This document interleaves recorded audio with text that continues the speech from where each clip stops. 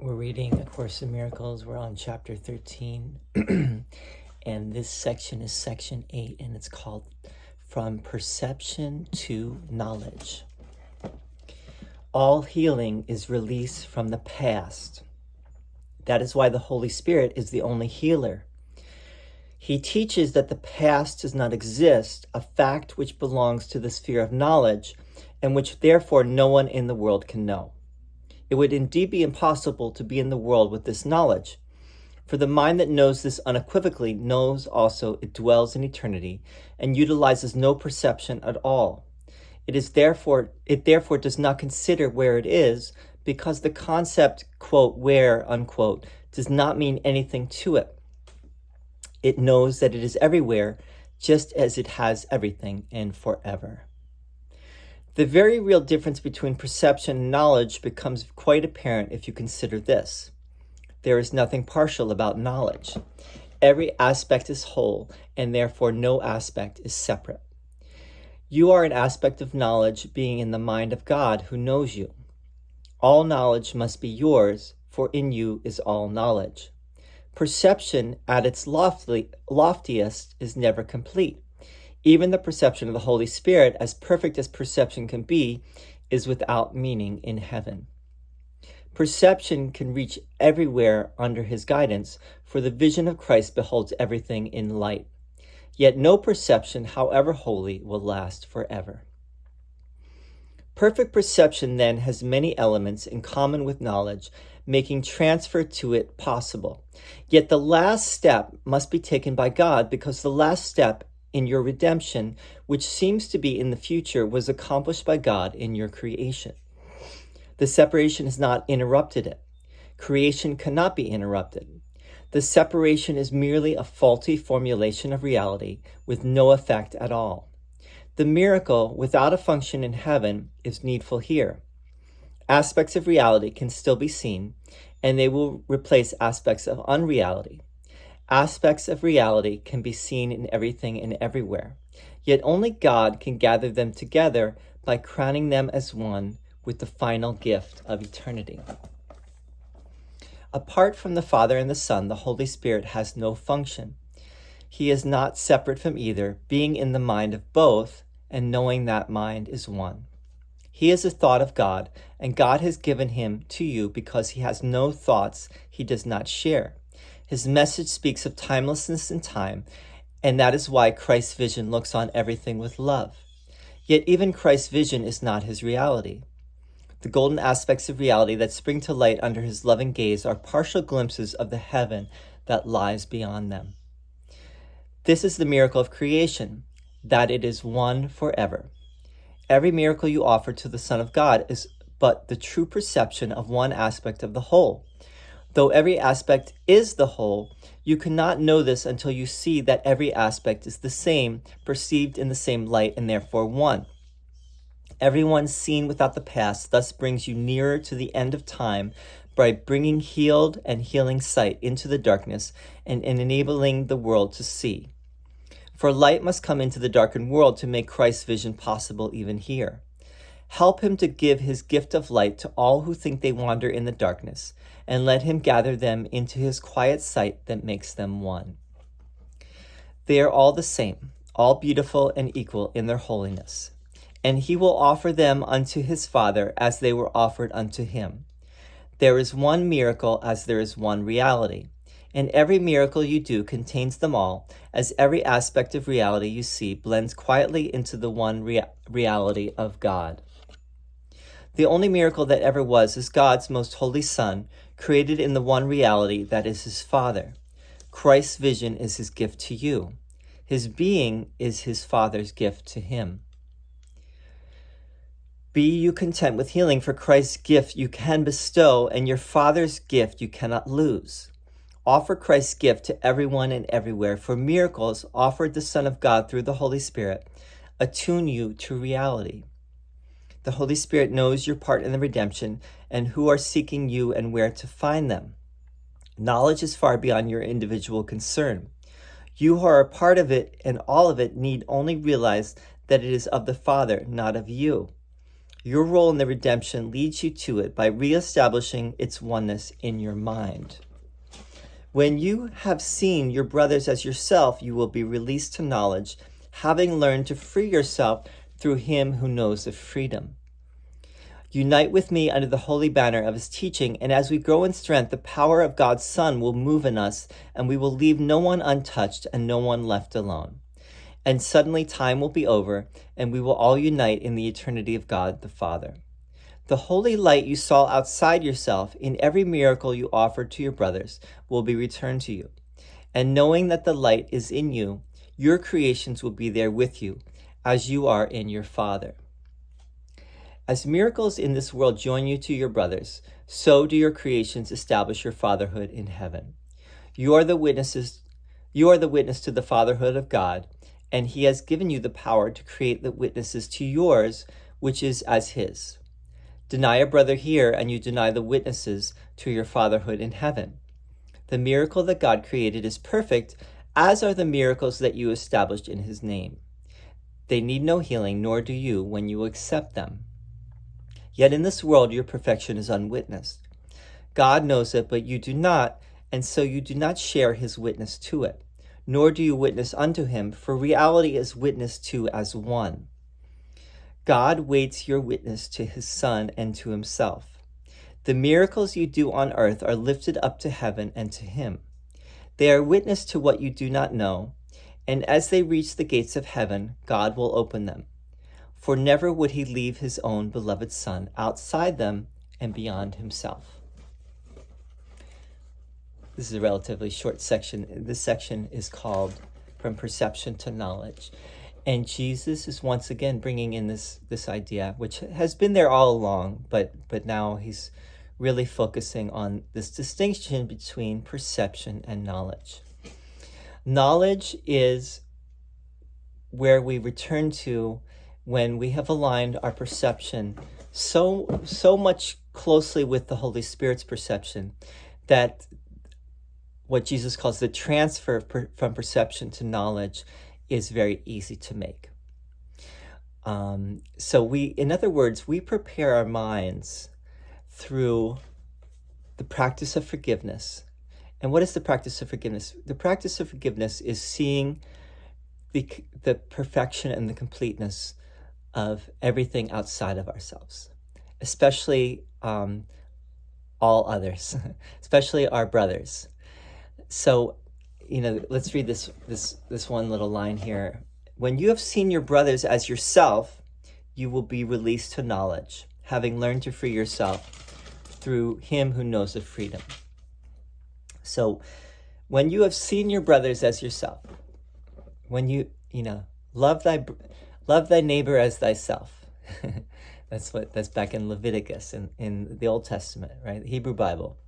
Love thy neighbor. Ve're'echa ve'ahavta re'echa kamocha.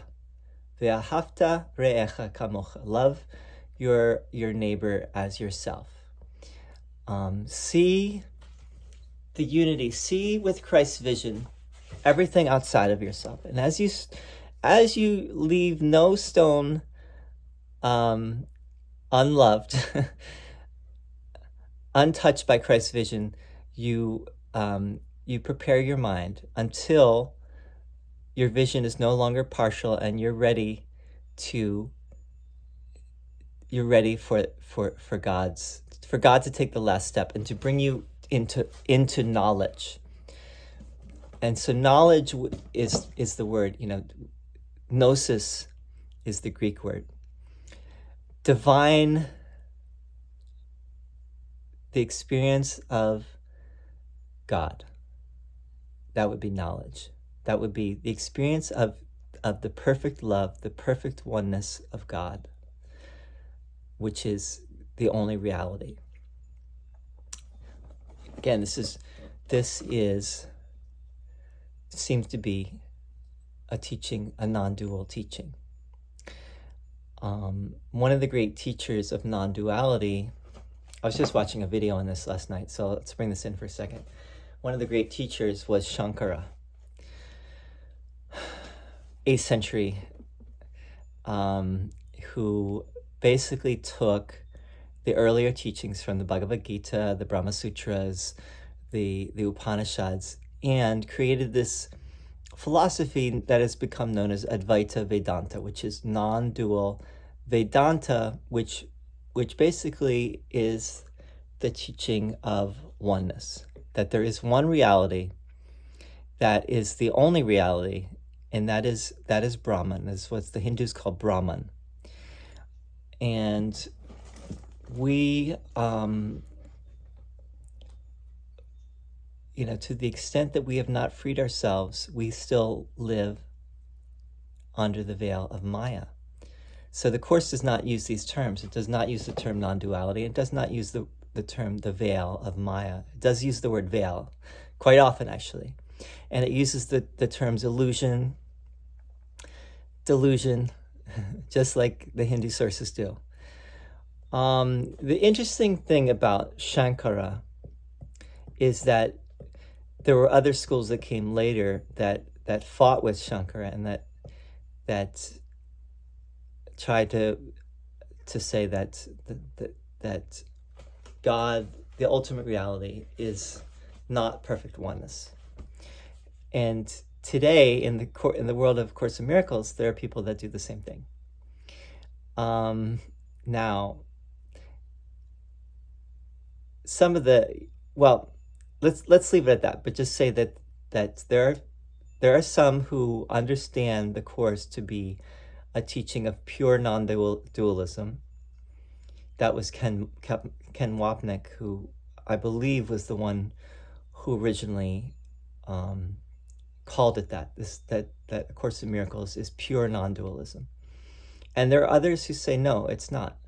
And obviously, A Course in Miracles, there are many passages that seem to suggest it's not. And then there are other passages that seem to suggest that it is.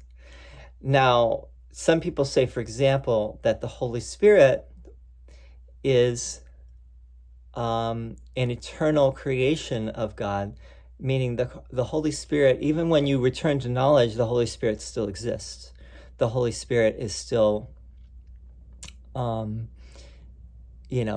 of this Trinity of God, the Father, the Son, and the Holy Spirit. And Jesus here seems to be suggesting that that's not the case. Apart from the Father, this is from this reading today. Apart from the Father and the Son, the Holy Spirit has no function. He is not separate from either, being in the mind of both and knowing that mind is one.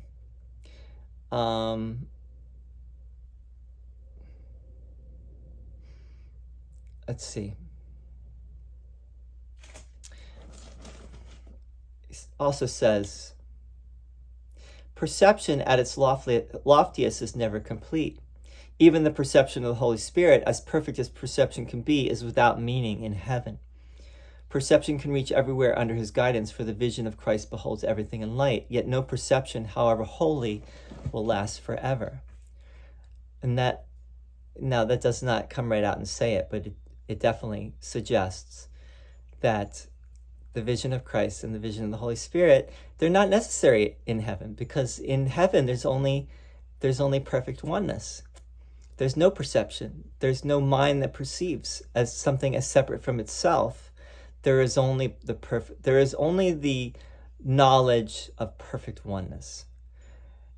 And in that knowledge, there are no distinctions, there are no categories, there are no names and forms.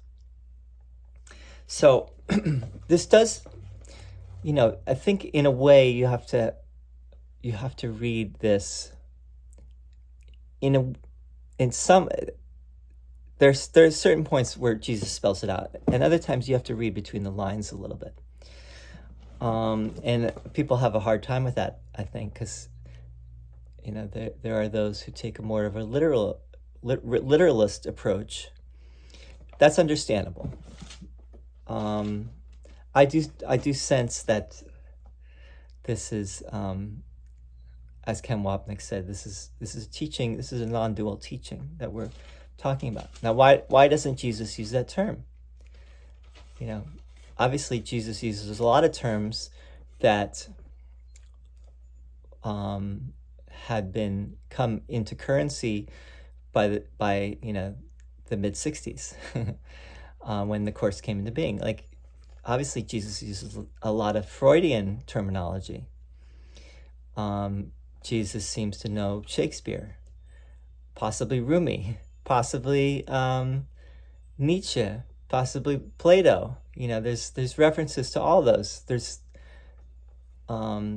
clearly Jesus knows very well the Gospels because he keeps quoting from them, and he keeps making little plays on some of the language of the Gospels. For example, yesterday, I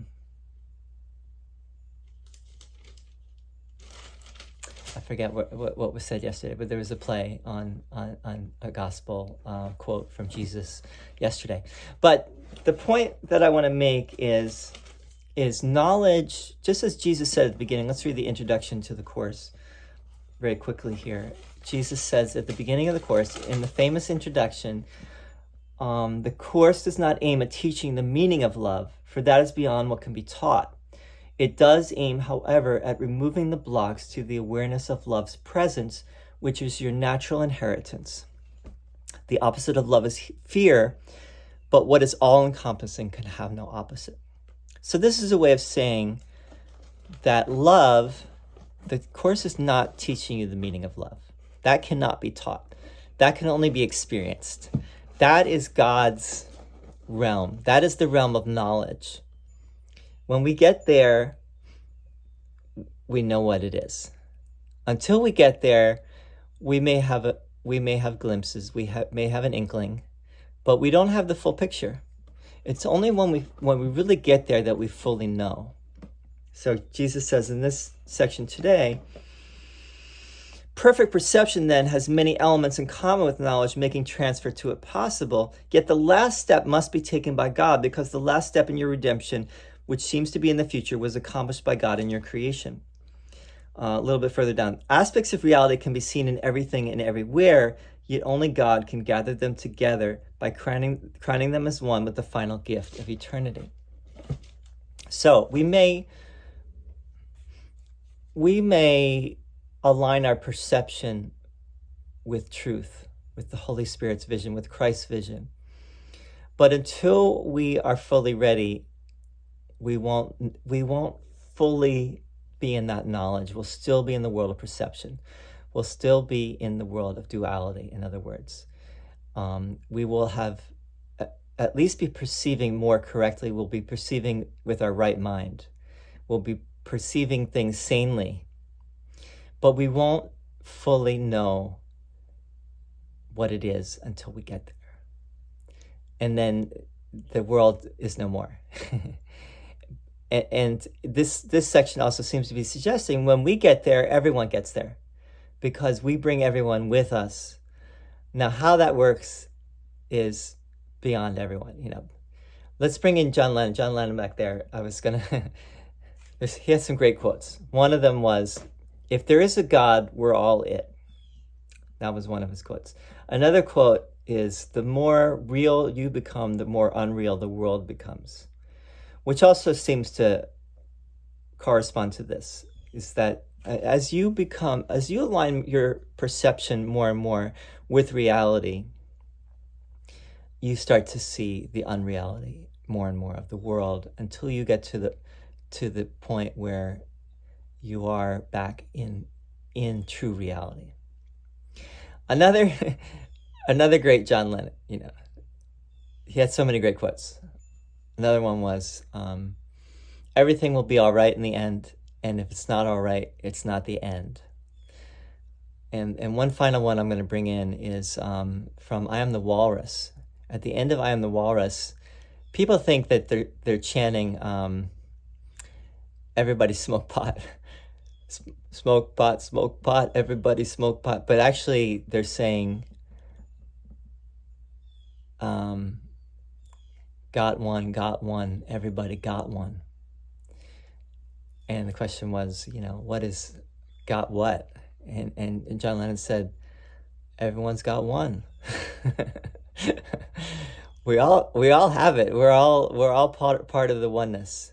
We all have it. He was brilliant. He obviously got very close himself, if not all the way. Was he self-realized? Who knows? But he was one of the closest without being formally a student of religion or anything like that. He got very close. He used a lot of LSD. And he wrote I Am the Walrus. He wrote the first line of I Am the Walrus during an acid trip. He was taking an acid trip, and he said he wrote it on his typewriter. I am he as you are he, as we are all together. I am he as you are he, and we are. Forget that last little part. We are all together. So anyway, I will leave it at that today. Gnosis, knowledge, the awareness of your true reality, of our true reality. That is knowledge. Perception is when we're still in the duality of subject and object. We still are in the world of perception. When subject and object are no more, we return back to the realm of God, which is the realm of knowledge. Thank you. We'll do more soon. Next section is the cloud of guilt. See you soon.